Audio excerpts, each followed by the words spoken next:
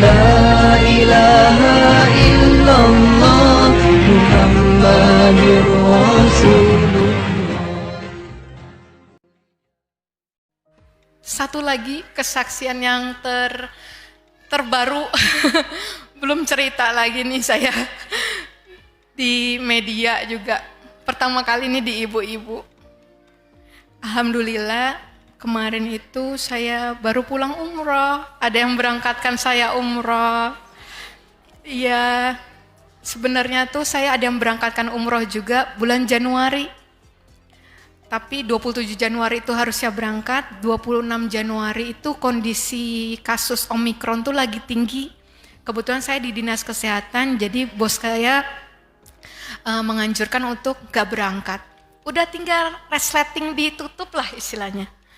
Mungkin kalau manusia balik lagi, kecewa bisa ya. Malu, kasihan yang udah berangkatin, hangus bu 35 juta.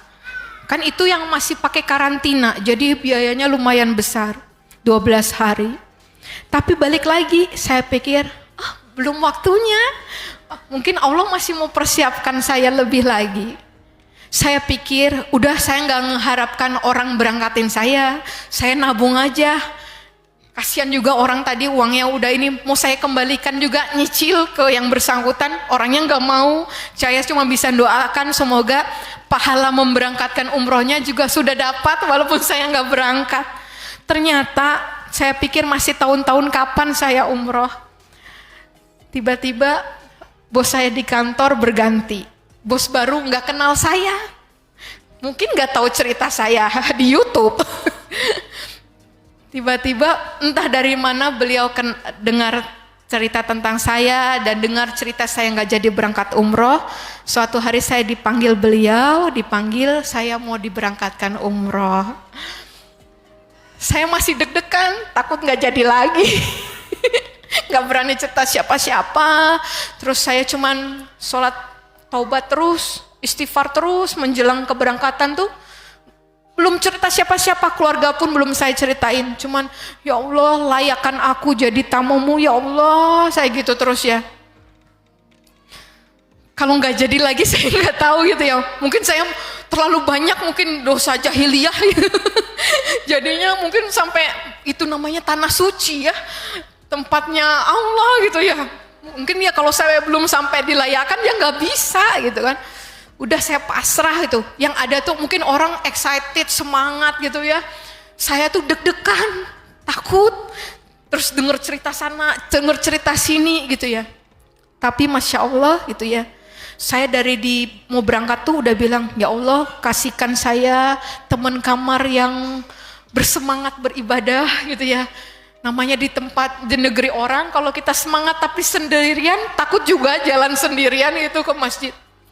Alhamdulillah saya dapat oma-oma bu 65 tahun. Ada yang 65 tahun di sini. Tapi semangatnya Masya Allah ya. Itu tekadnya tuh bulat kalau bisa dibilang ya. Sampai bilang oma mati di sini juga nggak apa-apa. Alhamdulillah katanya. Disolat jenasahin orang sebanyak itu setiap habis sholat fardu kan di sana sholat jenazah ya. Jadi mau banget katanya si oma. Tapi saya kan pikir saya lebih muda, saya yang jagain oma gitu. Oma pengen banget masuk Hijr Ismail, tapi kan rebutan bu, rame banget antrinya. Entar aja oma, saya tarik lagi, entar aja oma gitu. Sampai akhirnya tuh, mungkin ya tadi suatu saat tuh saya berhasil sama oma masuk ke Hijr Ismail, tapi berdiri, nggak bisa sholat sunnah. Udah Umah kita doa aja, kita baca bacaan sholat sunnah 2 rakaat, tapi sambil berdiri, saya bilang gitu. Udah begitu, pas keluar saya kepisah sama si Oma. Tapi kita emang udah bilang, Oma kalau kepisah kita ketemu di pancuran emas gitu ya, gitu. Terus saya di pinggir, ya Allah lindungin Oma, jangan sampai Oma keinjek. Tiba-tiba Oma keluar dari arus itu ya, dengan gagah. Sambil ngelap air mata. Oma abis nyium rukun Yamani, Oma abis pegang Hajar Aswad. Masya Allah, Alhamdulillah Oma. Saya bilang, emang Oma harus pisah sama Ica ya? Kalau sama Ica nggak boleh ya Oma? Saya bilang gitu. Iya, kata si Oma gitu. Ya udah, Oma kan udah dapet. Nanti Oma istirahat. Oma nggak usah ikut Ica ya. Bangun pagi-pagi lagi ke masjid lagi kan ya. Oma di hotel aja. Ica bilang gitu. Kan Oma udah dapet. Si Oma nggak mau ditinggal. Lagi di subuh terakhir kami di Mekah. Itu kami Mekah dulu, baru Madinah. Alhamdulillah ya. Hajar Aswad tuh kayak sesuatu yang gak mungkin kita pegang apalagi cium. Lihat aja silvernya itu kelihatan tuh udah alhamdulillah bisa kelihatan sedikit ya. Saya gak kebayang bisa nyium. Tapi Masya Allah Bu, kita udah tahajud, kita tawaf sunnah, si Oma melipir ke antrian Hajar Aswad. Saya udah mau tarik-tarik, Oma ntar aja Oma. Si Oma gak bergeming Bu, gak dijawab saya. Dia begini aja, gitu. Depan kita orang gede, belakang kita orang gede, gitu Bu. Tiba-tiba kita udah ada di pinggirnya Ka'bah, udah nempel Ka'bah, tapi kaki ketekuk. Itu kan bawahnya ada marmernya lagi, miring. Jadi kaki saya udah ketekuk, saya udah nggak bisa napas. Ngelihat orang tuh udah mulai hitam, kayak mau pingsan. Sikir saya udah ganti. La ilaha illallah. Kalau sampai napas saya putus di sini, la ilaha illallah saya pikir. Tapi ya memang Allah nggak izinkan itu terjadi ya. Nggak tahu gimana caranya Bu. Saya sudah di depan Hajar Aswad. Terus saya mau cium pertama kali nggak sampai. Karena kan kaki ketekuk. Ya Allah udah di depan Hajar Aswad masa nggak bisa cium, sedih banget ya. Terus saya pikir Hajar Aswad tuh hitam kan, dibilang batu hitam. Ternyata coklat kemerahan ya teh gitu. Baru lihat gitu ya. Tapi nggak kecium.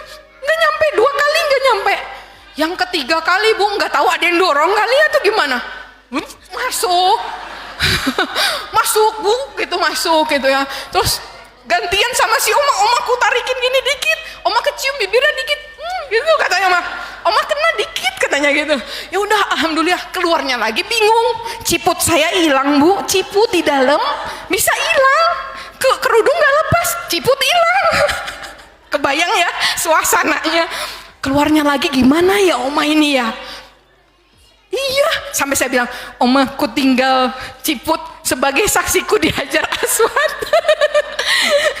Mau dicariin Cak? Nggak usah Oma. Terus ada 2 orang Indonesia laki-laki Bu, tolongin kita keluar. Saya ditarik, saya nggak berani lihat. Kali malaikat atau apa, saya nggak berani natap. Saya cuma bilang terima kasih saya gitu. Terus si Oma, tas Oma jatuh. Waduh, saya lagi ditarik keluar, si Oma tuh kayak tenggelam gitu kan. Saya udah di pinggir lagi sama, ya Allah semoga Oma nggak keinjek-injek gitu. Ternyata saya lihat Oma kebenam, beliau merasanya terbuka jalannya. Enggak, Oma justru pas turun orang kasih jalan katanya gitu. Jadi dia keluar dengan gagahnya lagi. Saya udah takut Oma kenapa-napa. Sudah Bu, dari situ kita napas Bu, nungguin subuh ya. Sambil itu kan subuh terakhir di Mekah. Maksud kita teh bersyukur ya. Tapi mungkin kan Allah lebih tahu apakah saya tuh jumawa, puas gitu ya dengan kayaknya udah ngejos banget nih Oma kita. Sholat kita di masjid terus ya, pahala 100.000 kali. Gitu kan. Kita cium semuanya ya Oma ya. Rukun Yamani, Musola Jibril, Hajar Aswad yang orang megang aja susah. Alhamdulillah dapat hadiah ya Oma ya. Gitu. Allah nggak mau kita kayak gitu. Saya nengok ke kiri, ada ibu-ibu udah lebih tua dari Oma. Saya tanya, ibu dari mana? Dari Medan. Baru datang Bu? Iya baru, saya ke Madinah dulu baru di Mekah. Ibu udah ngapain aja? Saya tanya. Saya udah cium Hajar Aswad 4 kali. Saya langsung, yang saya pikir sekali aja udah, saya nggak mau coba lagi, mungkin seumur hidup daripada saya mati di situ. Tapi dipikir-pikir nggak pernah ada yang meninggal di situ ya, gitu kan. Tapi itu kayak Allah langsung bikin saya, gitu ya. Nggak boleh ya. Terus saya juga pikir tadi kan, sholat di masjid terus gitu ya. Saya tanya, ibu hotelnya di mana? Dia nyebut di mana gitu. Tapi saya nggak pulang ke hotel. Loh, ibu nggak lapar? Saya bilang gitu. Enggak, saya minum zam-zam aja. Jadi ibu habis sholat isya, saya di sini. Itikaf bu di masjid, Masjidil Haram, saya pulang. Saya isanya masih pulang, makan malam di hotel, tidur dulu, mandi dulu, tidur dulu lah ya, baru bangun lagi, tahajud ke situ lagi. Beliau tinggal bu di situ, nggak makan makanan hotel, minum zam-zam, kenyang. Saya malu tengok-tengokan sama Oma. Mungkin itu maksud Allah ya, supaya kalau kita belum puas kan kita rindu ke situ lagi, bisa mengikhtiarkan lebih lagi. Di situ kenapa saya tutup dengan hal ini gitu ya. Itu betul-betul suatu panggilan ya. Dari itu saya waktu itu cuma berpikir ketika itu bukan kayak pencapaian saya bisa nyium Hajar Aswad. Insya Allah katanya itu bisa jadi saksi ya, kita pulangnya nanti nggak salah alamat. Ya insya Allah itu batu dari surga, kita bisa semuanya kita dikumpulkan lagi di surga insya Allah gitu. Seperti tadi mungkin belajar dari kehidupan Coach Stephen juga, mungkin kalau kita hari-hari ini masih mikirin masalah kita pribadi, keluarga gitu, sayang banget gitu ya. Hari-hari ini kita harus berpikir yang lebih besar gitu ya. Ada kepentingan umat yang lebih besar. Mungkin kayaknya saya cuma bisa masak di rumah atau apa ya gitu. Tapi ya itu kita bergerak di dalam dakwah ini bersama-sama dengan apa yang kita bisa. Saya selalu ingat kisahnya semut ya, yang berusaha memadamkan api yang membakar Nabi Ibrahim dengan setetes air. Kayaknya mah nggak bakal ngefek ya gitu. Tapi ternyata iya, dia cuma mau Allah tahu semut ada di pihak siapa, yaitu di pihak orang beriman. Semoga semua amal soleh kita sekecil apapun diperhitungkan Allah ya ibu-ibu ya. Supaya dinilai kebaikan, mendatangkan pahala, dan dinilai Allah kita ada di pihak orang beriman. Kalaupun mungkin umur kita nggak sampai melihat Islam berjaya kembali, insya Allah kita pernah bilang kita ada loh di bagian gerakan itu gitu ya. Insya Allah ya ibu-ibu, kita sama-sama saling mendoakan. Di sini mohon doanya juga Teteh. Masya Allah, ya Allah, pesannya luar biasa ya.